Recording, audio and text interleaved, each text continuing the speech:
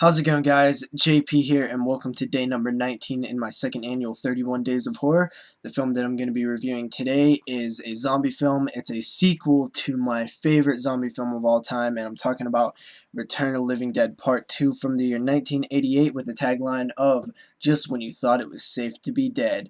Like I said, my favorite zombie film of all time is Return of the Living Dead, and this sequel is actually a pretty solid sequel. It's nowhere near as good as the first film, but it definitely can stand on its own as a good zombie film.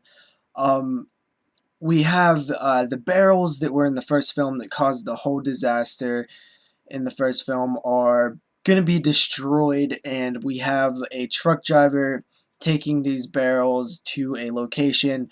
Of course, he's a idiot. He's listening to music real loud with his headphones. He's smoking weed. He's not paying attention to anything, even though he's carrying these super dangerous toxic gas stuff. So one of the barrels falls off. It lands in some kind of drain system where it stays. Then we cut to a young kid who is, pretty young. I don't know, like 12-ish. Um, he's with his sister. She's kind of babysitting him. He goes outside and he hangs out with some two of the tougher kids on the street, basically. And he's kind of a wimpy kid. He likes comic books and stuff, just kind of a bit nerdy, kind of awkward, and definitely not a tough kid. So they pretty much bully him around a bit, and they end up taking him to the cemetery to join their club. And their club their clubhouse is in a mausoleum, and they pretty much um, want him to go in there, and he ends up running away, and eventually running down into the drain system where there is the barrel. They see the barrel, they look at it, and then they open the lid, and there is the tar man zombie in the barrel, and they just run away. Meanwhile, we have two characters. I forget their name, but they're played by Tom Matthews and the guy who was forget his name, something Karen. He played the Frank guy in the first film. And they're not playing their same characters; they're playing different characters. So it's kind of this weird um, inside joke type thing that's going on, and it's really funny because there's even a scene where he's like, "This is all so familiar, of I remember me, and I remember you, and I remember them," as in the zombies.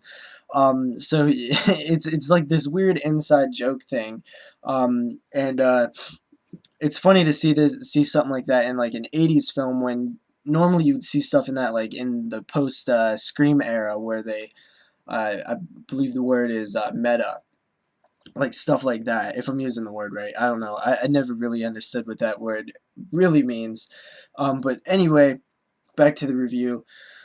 We have these two guys grave robbing people in the mausoleum, and stealing their corpses, heads and stuff. And the other two bullies end up going back down to the thing and releasing the gas. They get gassed, send gas all through the graveyard. Pretty soon, zombies start rising up from the grave, and you basically have the nearly invincible zombies that you had in the first Return of the Living Dead, and they're pretty much taking over this whole little town. You also have the little boy, his sister, and the cable guy who's about a year older than the sister, um, and a doctor who lives across the street or whatever, plus Tom Matthews' character and Jeff Karen or whatever his name is. They pretty much try to survive. That's pretty much where I'll leave off the story. This one is I didn't realize how comedic this one was until watching it like this time. I did not remember that they tried to like really just be like Return of the Living Dead again. And it kind of hurts it in some ways because it's some of the like comedic moments just come off like very, very corny. It was almost like like shockingly corny bad. Like it was like, oh, I can't believe he said that. Um, but you know, some of it works and some of it doesn't.